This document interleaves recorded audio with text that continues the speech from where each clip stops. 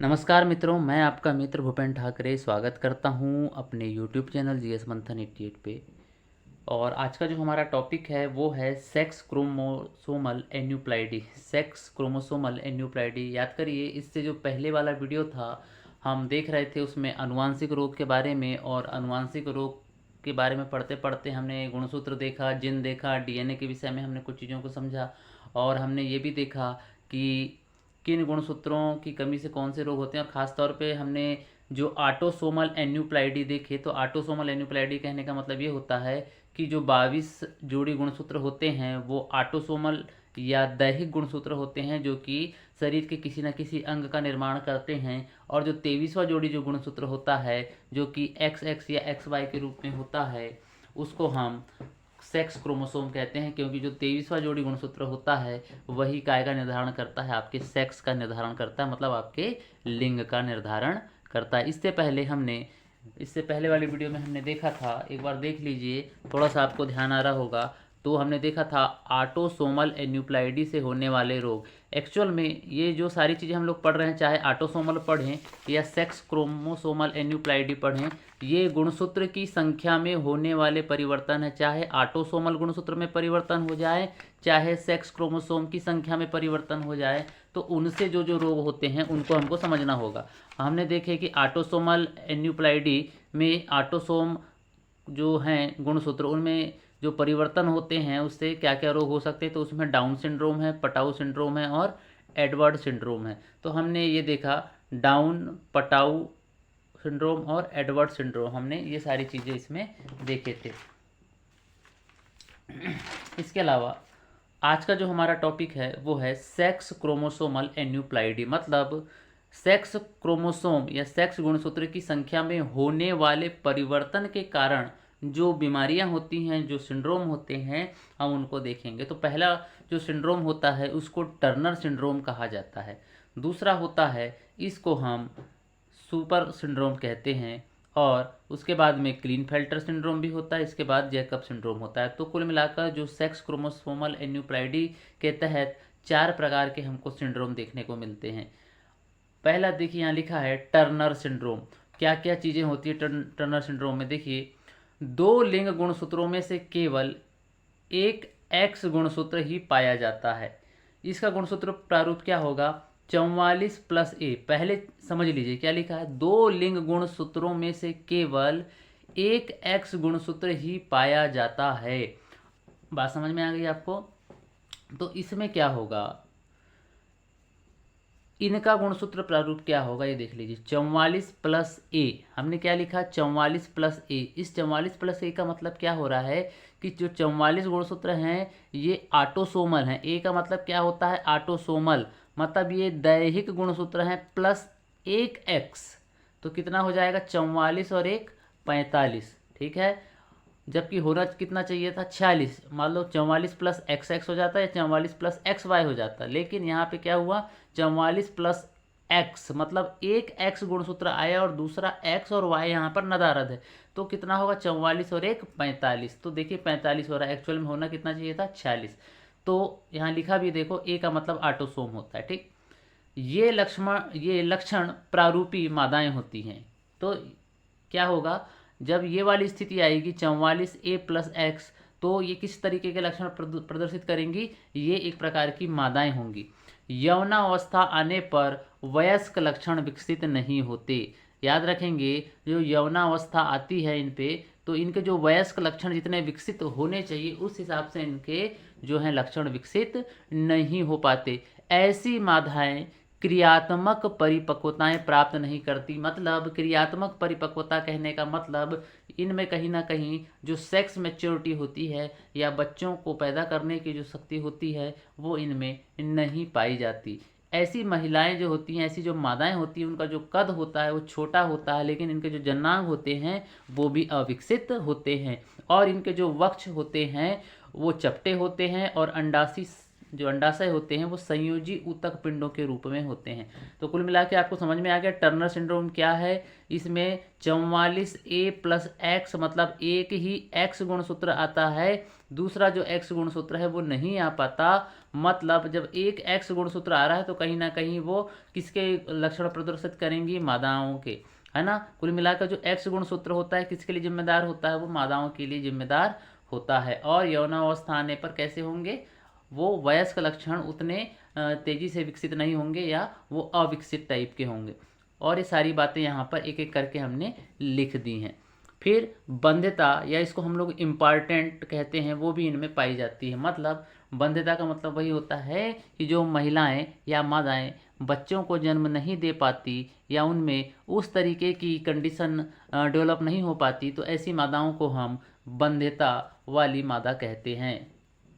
इसके अलावा क्लीनफेल्टर सिंड्रोम, क्या लिखा है, क्लीनफेल्टर्स सिंड्रोम, या इसको XXY सिंड्रोम कहते हैं। यहाँ पे क्या लिखा है, 44A, मतलब 44 आपके ऑटोसोम है प्लस XXY, जबकि होना क्या चाहिए था, XX होना चाहिए था। और एक अतिरिक्त यहाँ पर हमको Y गुणसूत्र दिख रहा है, तो 44 और एक 45, ये 46 और एक 47, तो 44 और ये 3 को जब आप जोड़ दोगे 2x और एक y को, तो कितना हो जाएगा, 47 गुणसूत्र हो जाएंगे। मतलब 3 लिंग गुणसूत्र हमको यहाँ पर एक्स्ट्रा देखने को मिलेंगे। मतलब 3 लिंग गुणसूत्रों में एक एक्स्ट्रा हमको y गुणसूत्र देखने को मिल रहा है, क्योंकि x और x तो ठीक है कि 44 में 2 जोड़ देंगे तो 46, लेकिन एक एक्स्ट्रा y गुणसूत्र जो है उसके कारण यहाँ 46 के स्थान पर 47 गुणसूत्र हो जाते हैं।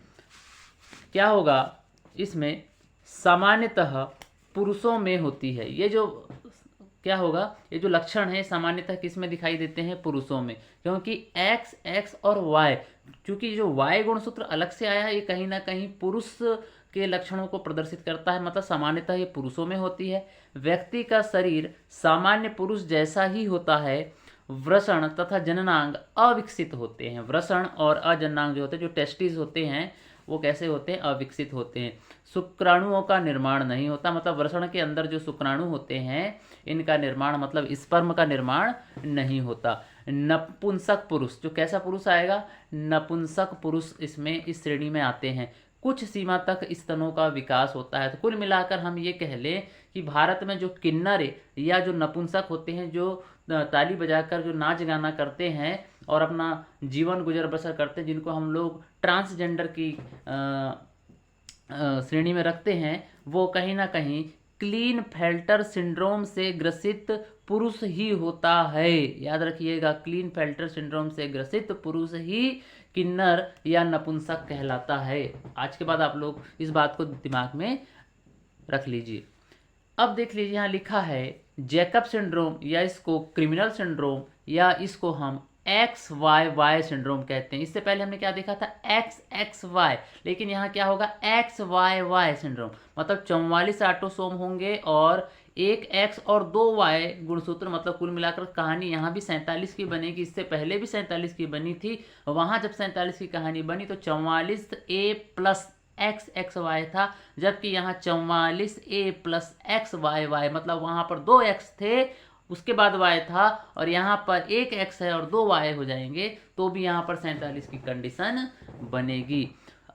अतिरिक्त कौन सा गुणसूत्र पाया जा रहा है, यहाँ पर y गुणसूत्र पाया जा रहा है। इस प्रकार के पुरुष, क्योंकि XY है यहाँ पे नॉर्मल है तो पुरुष है, और एक एक्स्ट्रा जब y आएगा तो वो भी क्या होगा, पुरुषत्व को प्रदर्शित करेगा। तो इस प्रकार के पुरुष लंबे, मंद बुद्धि वाले, अति गुस्सैल स्वभाव वाले तथा आपराधिक प्रवृत्ति वाले होते हैं। इस बात को आप दिमाग में रख लीजिए। इसी कारण इसको क्रिमिनल सिंड्रोम कहते हैं, क्योंकि आपराधिक प्रवृत्ति पाई जाती है। वो आपराधिक प्रवृत्ति कहने का मतलब ये नहीं कि बहुत ज़्यादा इनका दिमाग तेज रहता होगा और ये कोई बहुत बड़े डॉन होंगे या किसी का ये मर्डर प्लान कर लें, इस टाइप के नहीं। बस ये है कि दिमाग में गुस्सा आया, सनक सवारी हुई, किसी को मार दिया। वैसे तो बद दिमाग हैं, कम बुद्धि वाले होते हैं। और जो सही ढंग से क्राइम करता है तो उसके लिए बुद्धि चाहिए, दिमाग चाहिए, जो इन लोगों के पास में नहीं होता। बस गुस्सा आया, क्योंकि दिमाग अल्प विकसित है, मंद है इनका दिमाग, गुस्सा आया, किसी को भड़ से मार दिया, कोई मर गया, कुछ हो गया, मतलब ये आपराधिक प्रवृत्ति होती है इनमें। लेकिन ये कोई बहुत ज़्यादा माइंड वाले जो है क्रिमिनल ये नहीं होते। इसके बाद में जो होता है सुपर सिंड्रोम, या इसको सुपर फीमेल या मेटा फीमेल भी कहते हैं। इसमें क्या होगा, 2n+1 बराबर 47, मतलब सेक्स क्रोमोसोमल ट्राइसोमी होती है। क्या होगा इसमें, सेक्स क्रोमोसोमल ट्राइसोमी, मतलब 44 प्लस तो क्या होगा 44A plus x x x, मतलब 3x गुणसूत्र आपको देखने को मिलेंगे, है ना। तो 2x है, मतलब x होगा तो कहीं ना कहीं ये महिला के गुण प्रदर्शित करेगा, और तीसरा x और आ जाएगा तो सोने पे सुहागा, टोटल महिला के गुण मिलेंगे जी यहाँ। x x x बराबर महिला। बड़े गर्भाशय के सामान्य विकसित स्त्री लक्षण वाली मादा, मतलब बड़े गर्भाशय समान विकसित स्त्री लक्षण वाली मादा, मतलब ऐसी मादा होगी जिसके बड़े गर्भाशय के समान उसके मतलब बड़े गर्भाशय के समान उसके शरीर की संरचना पाई जाएगी, कि मतलब यार इसका गर्भाशय जो है काफ़ी बड़ा दिखेगा, है ना। और इस टाइप के लक्षण वाली एक मादा हमको नजर आएगी, ठीक है। उसको हम क्या बोलेंगे, सुपर सिंड्रोम या सुपर फीमेल या मेटा फीमेल। क्यों? क्योंकि 3 इसमें एक्स गुणसूत्र पाए जा रहे हैं। इसके अलावा हम देख लेते हैं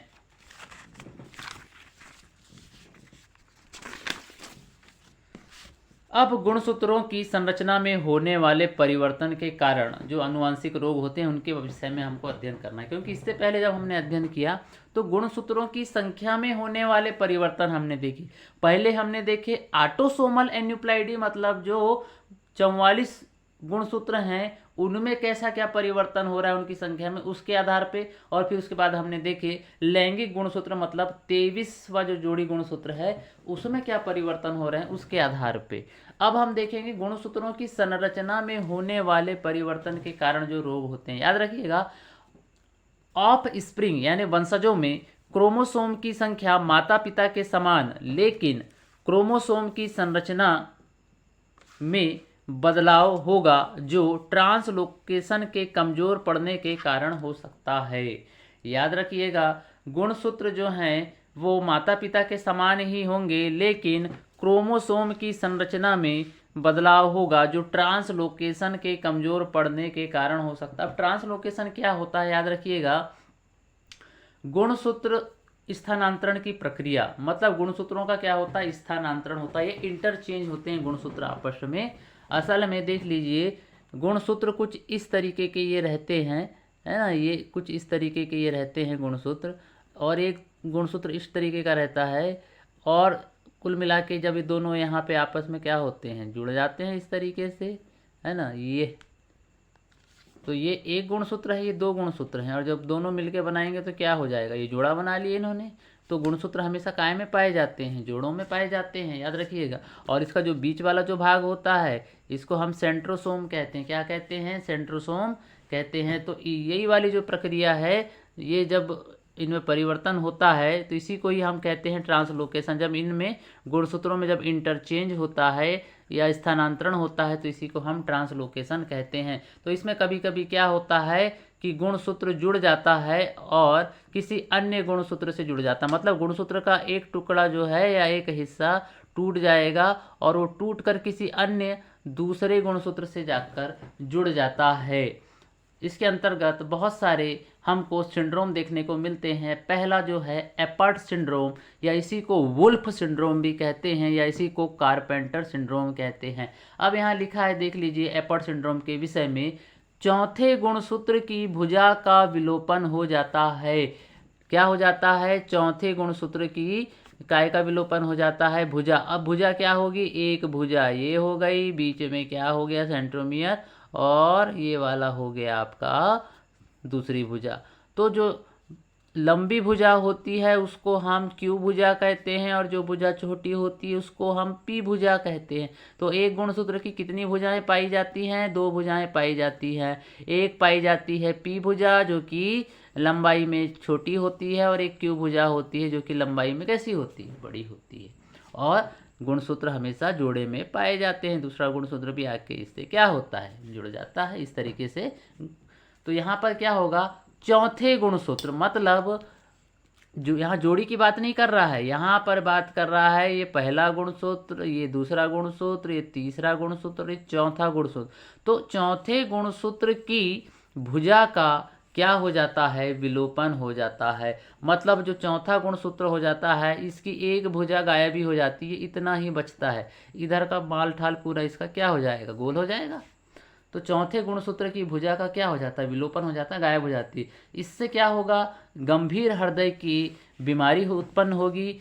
चोंचदार नोक मिलेगी और मछली जैसा बच्चे का मुंह हो जाएगा, उसकी जो नाक होगी चोंचदार होगी और ऐसे बच्चे की क्या हो जाएगी, शीघ्र मृत्यु हो जाएगी। देख लीजिए यहाँ चित्र के माध्यम से हमने बनाया है, यहाँ पर पूरी की पूरी क्या है, एक जो चौथा गुणसूत्र है, मतलब ये तीसरा गुणसूत्र तो ठीक अवस्था में, लेकिन जो चौथा गुणसूत्र है इसकी एक भुजा ही गायब है। मतलब ये पूरा कंप्लीट होना चाहिए था, लेकिन ये वाला इसका पोर्शन गायब हो गया चौथे गुणसूत्र का। मतलब ये तीसरे नंबर का रहा होगा और ये चौथा, तो और तीसरा और चौथा हमेशा कायम में है, दोनों आपस में पेयर में रहते हैं। लेकिन जो चौथे नंबर का गुणसूत्र है ये क्या हो गया, इसका एक क्या हो गया, इसकी भुजा गायब हो गई, विलोपित तो हो गई इस तरीके से।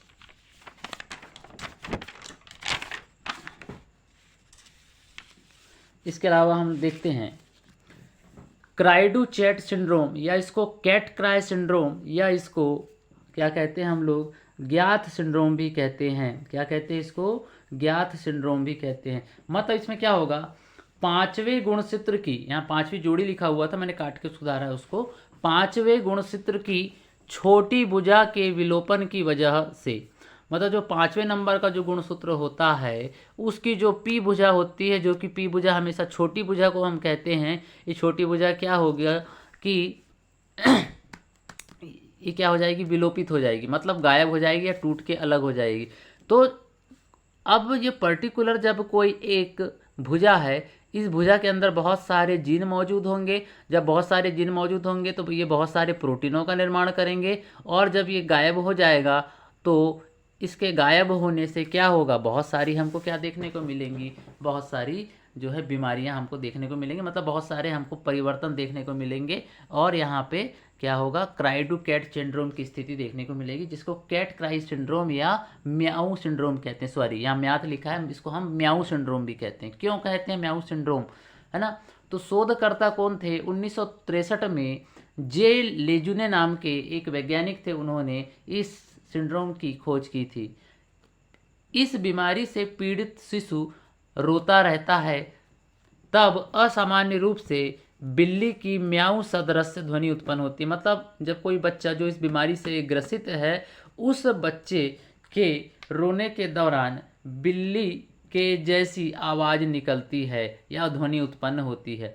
ऐसा बच्चा शारीरिक मानसिक विकृति होती है, ऐसे बच्चे में शारीरिक और मानसिक विकृति होती है। और शारीरिक विकृति के अंतर देखें तो दोनों आँखों के बीच गैप अधिक होता है, सिर सामान्य से बड़ा होता है, जो मुख होता है नीचे चौड़ा होता है, और ऊपर का जो मुख होता है वो कैसा होता है, छोटा होता है। और यह बीमारी 50,000 नवजात शिशु में केवल एक शिशु को होने की संभावना है। मतलब ये rare of the rarest syndrome है जो किसी बच्चे में पाया जाता है। मतलब 50,000 में एक आध बच्चे को ये सिंड्रोम जो है अपने चपेट में लेता है। ठीक, इसके अलावा प्रेडर विल सिंड्रोम, या इसको एंजलमैन सिंड्रोम या हैप्पी पपेट सिंड्रोम भी कहते हैं। इसमें क्या होता है, 15वें गुणसूत्र की क्यू भुजा, मतलब लंबी भुजा का परिसीमन, मतलब भुजा गायब हो जाती है। यहाँ पर कौन सी भुजा गायब हो रही थी, पांचवी भुजा की, पांचवी गुणसूत्र की पी भुजा, मतलब छोटी भुजा गायब हो रही थी, जबकि इसमें 15वें गुणसूत्र की क्यू भुजा, मतलब लंबी भुजा गायब हो जाती है। इससे क्या होगा, बार बार थकान महसूस होगी, गतिभंग, मतलब बाह की स्वैच्छिक मांसपेशियों में गड़बड़ी। गतिभंग का मतलब ये होगा कि हाथ पांवों के संचालन में इनको क्या होगी, बड़ी दिक्कत होगी। बिना बात के हंसी आएगी, इसलिए इसको क्या कहा गया, हैप्पी पपेट सिंड्रोम। मतलब जब कोई बात ही नहीं होगी और बिना बात के ये हंसते रहेंगे। हालांकि इसका उदाहरण जो है नवजोत सिंह सिद्धू को होना चाहिए, बिना बात का हंसता भाई वो आदमी। हाँ, हैप्पी पपेट सिंड्रोम, ऐसा लिख मत देना। हाँ जी, आए अब देखते हैं हम लोग इसमें क्या होगा। थाइमस ग्रंथि जन्मजात नहीं बनती, मतलब किसमें, सॉरी ये तो हो गया, लगभग सारी चीज़ें हमने आपको बता दी। हाँ, इसके अलावा जो एक सिंड्रोम बच जाता है, डिजॉर्ज सिंड्रोम। इसमें क्या होगा, 23वें जोड़ी गुणसूत्र का परित्याग, मतलब 23वां जोड़ी गुणसूत्र बनता ही नहीं है। ये लो, कुल मिलाकर क्या होगा, 44A, मतलब 44 ऑटोसोमल ये क्रोमोसोम पाए जाएंगे। और ये जो एक्स और वाई का कॉन्सेप्ट ही खत्म हो गया, मतलब 23वां जो जोड़ी गुणसूत्र है, मतलब 46 गुणसूत्र होंगे, तो 46 की जगह 44 ऑटोसोमल गुणसूत्र ही पाए जाएंगे, मतलब 23वां गुणसूत्र बनेगा ही नहीं। 23वां जोड़ी गुणसूत्र जो है पाया ही नहीं जाएगा इस बीमारी में। इसमें क्या होगा, थाइमस ग्रंथि जन्मजात नहीं बनती, ठीक है, या पाई ही नहीं जाती। थाइमस ग्रंथि कहाँ पाई जाती है, जो हृदय जो हमारा होता है, मतलब दोनों फेफड़ों के बीच वाले भाग में हृदय के सामने तरफ पे जो एक छोटी सी ग्रंथि पाई जाती है, जो कि 2 चैम्बरों में या 2 भागों में बटी होती है और आपस में जुड़ी होती है। और यही एक शरीर का एक ऐसी ग्रंथि है जिसका विकास बच्चे के गर्भ में रहने के दौरान ही हो जाता है। बाकी अंगों का विकास धीरे धीरे करके होता है, लेकिन ये एक ऐसा शरीर का हिस्सा या ऐसी ग्रंथि है जिसका विकास 100% हो जाता है। और याद रखिए, जैसे जैसे बच्चे की उम्र बढ़ती है वैसे वैसे क्या होता है, इस थाइमस ग्रंथि का आकार कम होता जाता है। याद रखिएगा। और कभी कभी तो थाइमस ग्रंथि एकदम छोटे धागे जैसी संरचना में बदल जाती है, और कभी कभी तो थाइमस ग्रंथि उम्र बढ़ने के साथ क्या होती है, गायब ही हो जाती है। याद रखिएगा। थाइमस ग्रंथि क्या काम करती है कि बहुत सारे एंटीबॉडीज के निर्माण के लिए क्या करती है, हमारे WBCS को प्रेरित करती है। मतलब ये रोग प्रतिरोधक क्षमता बनाती है थाइमस ग्रंथि। मतलब थाइमस ग्रंथि का काम क्या है कि रोग प्रतिरक्षा तंत्र को क्या करना, स्ट्रांग करना, मजबूत करना। लेकिन जब इस बीमारी में आप चपेट में आ जाओगे, किस बीमारी के, डिजॉर्ज सिंड्रोम नामक बीमारी के जब चपेट में आओगे, तो रोगी का प्रतिरक्षा तंत्र कैसा हो जाएगा, कमजोर हो जाएगा, और विशिष्ट प्रतिरक्षा हानि हमको यहाँ पर देखने को मिलेगी। इसके अलावा हम लोग यहाँ देख लेते हैं फिलाडेल्फिया सिंड्रोम, या इसको क्रोनिक ग्रेन्युलोसाइट ल्यूकेमिया भी कहते हैं। Chronic granulocytic leukemia. इसमें क्या होगा, यह 90वें गुणसूत्र और 22वें गुणसूत्रों के स्थानांतरण के कारण होता है। मतलब 22वें गुणसूत्र और 23वें गुणसूत्रों के बीच में इंटरचेंज होता है, ठीक है।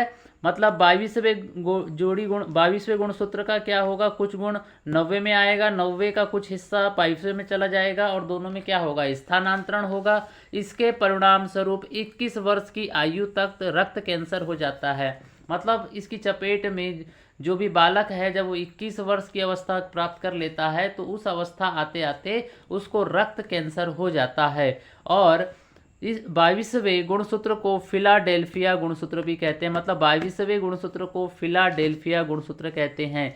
नोट करके हमने यहाँ लिखा है, 22वां गुणसूत्र पहला गुणसूत्र है जिसे पूरी तरह से ह्यूगो ने जाना था, ठीक है। ह्यूगो का मतलब होता है ह्यूमन जीनोम ऑर्गेनाइजेशन। इससे पहले हमने पढ़ा था कि यह क्यों बना था, कि हम वर्ष 2002 तक मनुष्य में पाए जाने वाले सभी जीनों की हम क्या करें, खोज करें, ठीक। लेकिन इसकी स्थापना कब हुई थी, 1990 में हुई थी। इससे पहले मैंने आपको हल्का सा बताया था इससे पहले वाले वीडियो में ह्यूगो के बारे में।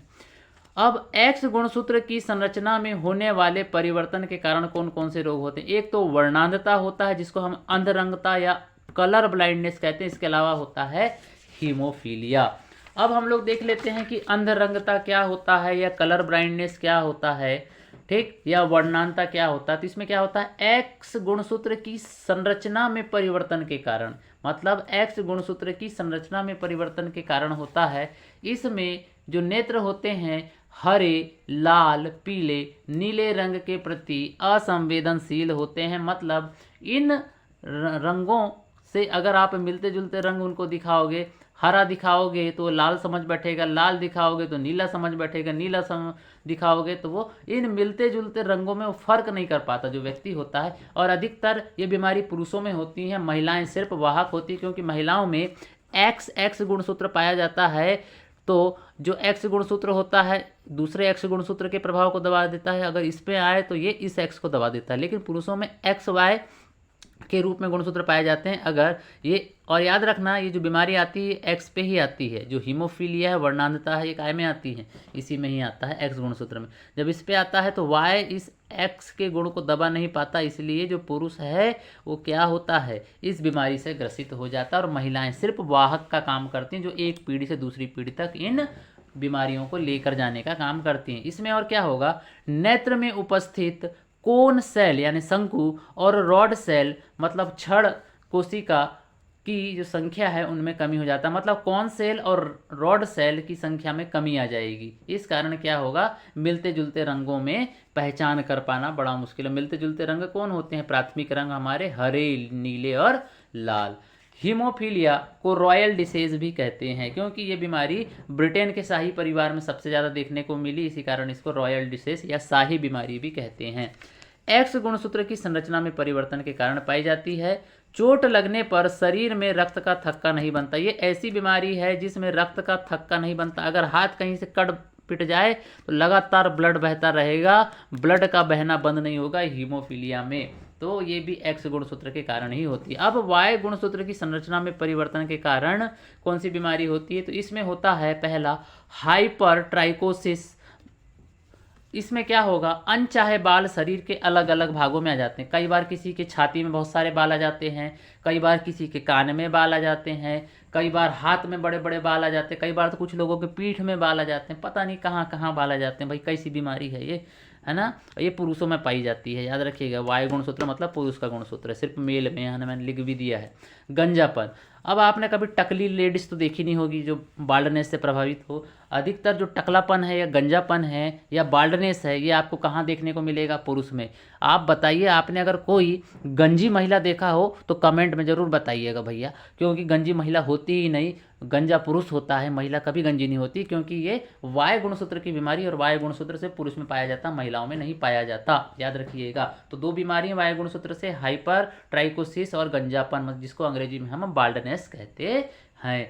तो इस तरीके से ये आज का एक छोटा सा प्रयास था। मिलते हैं फिर नेक्स्ट वीडियो में। जय हिंद, जय भारत।